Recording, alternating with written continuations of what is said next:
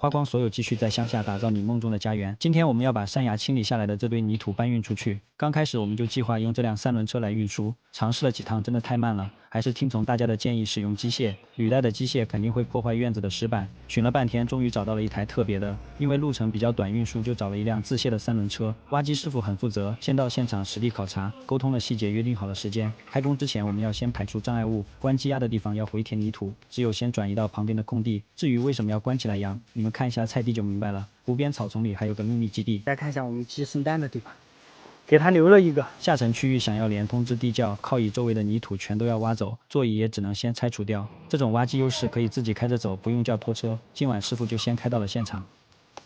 今早8点不到，3轮车师傅来了就正式动工。受地形限制，转角处空间最窄，挖机只能先从这里开始清理。前院路面的宽度也很局限，3轮车也只能倒着进去。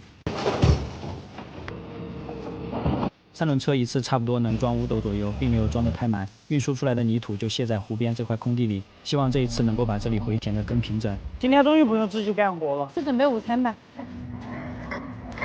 到这对着的，今天中午扔到我们汽车机，带我们去挖点泥土。跟挖机师傅说我们的车不好。你们告诉我们是在瓜子市场买的宝马5系吗？才花了7万多，现在新车掉价快，上瓜子买20特划算。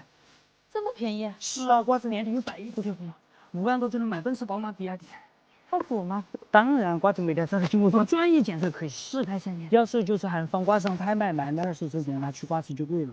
再摘点辣椒嘛，少摘2个，不要放得太辣了。有了机械后院的泥土，就是肉眼所见的变少，而湖边经过3轮车的运输，也是肉眼所见的变多。不出意外的话，就要出意外了。房屋的大动脉还是被开了2年半的挖机师傅发现了，还好有水电工在现场。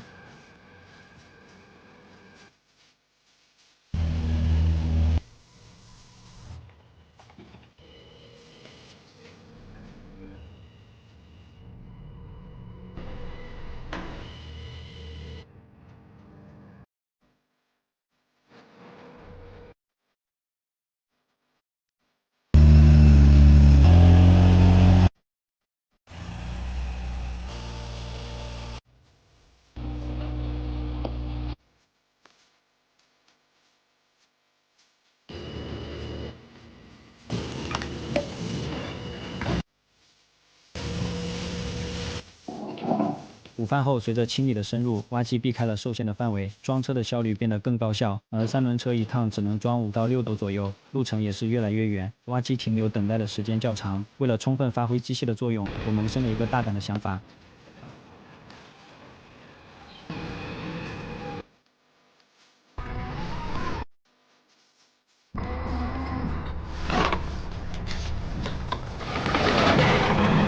在院子泥土看起来没有多少量，没想到清理出来还是有点出乎意料。最担心的事情还是发生了，石板终究没能扛住挖掘的压力。这就是为什么之前打造水井池不愿意用机械的原因。虽然机械一天顶我们干几天，但是出车就是按照台班计费，不是依据小时来计费。活要是少了还是不划算。院子清理干净还有些时间，现在机械正在前往下一个目标。路旁这块凸起的地势已经忍它很久了。自盘古开天以来，这里就有几块巨石，导致这里一直没法开发使用，就是不知道这挖机能不能移动了。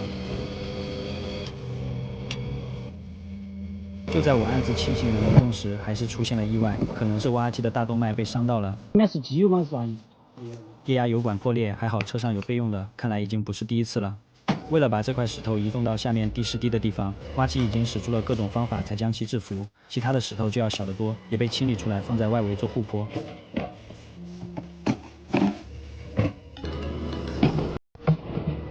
这里还有一块体型巨大的石头，只能在原地保留，不过已经想到了它的作用。清理之后，这里的地势就平行于路面，不仅增加土地的使用面积，也开阔了这里的视野，并且发现了一块比较平整的石头，可能之后有地方能用得上，先用机械运到门口再做打算。机械结束后，现在清洗现场，石板表面覆盖了泥土，根本看不出损坏的严重程度。完蛋了，最外侧的石板基本都被压坏了，中间也有几块断裂了的。现在后院呈现出2层高度不一的效果，靠山崖这面的地势更低，正好能依靠山体修建一条排水沟，这样遇到下雨水才不会流到地窖里。清理之后的山崖落差变得更高，也更陡峭，并且下面的页岩石层对比上层的结构含土量更大，如何加固就是接下来要面临的难题。上集捡漏的5黑狗，头型有点像豹子，取名为黑豹。给大家看一下黑豹训练了几天的成果。